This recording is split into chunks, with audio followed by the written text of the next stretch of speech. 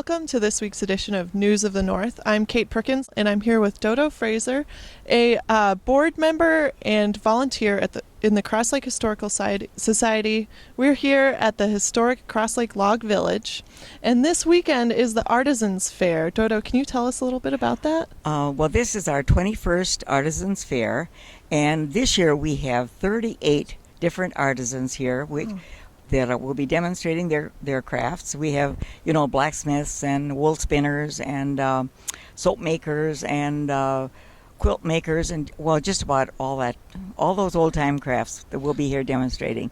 And there'll be stuff for kids and all kinds of good things going on. Yeah. Great, and that's on Sunday, correct? From what time? 10 a.m. to 4 p.m. Okay, great. Weather permitting. I hear we might have thunderstorms, and I hope that won't be true. I hope not. And everybody will be in period clothing like you are, right? Absolutely, yeah. And each one of the buildings will have a volunteer in them telling the visitors what the building is all about, Great. Yeah. And we're going to have photos from the Artisans Fair in next week's paper. But so if you missed that fair, you can check those out. And if people don't make the fair and they still want to visit the Log Village, when can they come and how long will you be open this summer? We will be open through Labor Day every Saturday and every Sunday from 11 to 4. Okay. And then another big event that we have is in September. It's called the Cider Candlelight Tour, which is September 28th, I think. Well, it's the last Saturday in September, whatever. And that is really fun. Last year we had like about 700 people wandering around in the dark, can you believe? Wow. With candles and lanterns and stuff like that. And we have horse and wagon rides and cookies and hot cider, and people just have a good time. That sounds like that's a our lot last of fun. big blast. Yeah. Awesome. Yeah.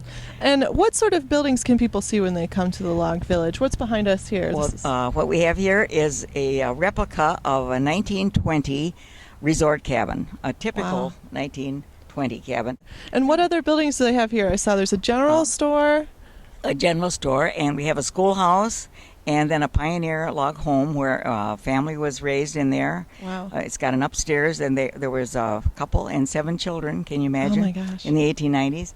And then we have a loggers camp, and we have a saloon, and then we have a livery where we have stored the mailboat. Oh, cool. Yeah. That's a wood boat, isn't it? It's a wooden boat, yeah. And And it was used to deliver mail, Wow. for a number of years, from the 1930s to the 1960s. Awesome. Yeah. Well, thanks so much for coming. And admission is free to come and visit the Log Village, Yes, correct? Yeah. There is a little charge for the Artisans Fair. I think it's $3. Oh, okay. I'm not sure. It's $3, I think. But otherwise, everything is free. We exist only by donations and memorials. Some people give us a memorial if some of their friends have been active here and passed away. They give us a memorial. Otherwise, we get no city funds or no state funds or county or any funds from anybody else. It's just from friendly, nice, kind people. Wow, how nice. Yeah, and what a nice place to come and visit.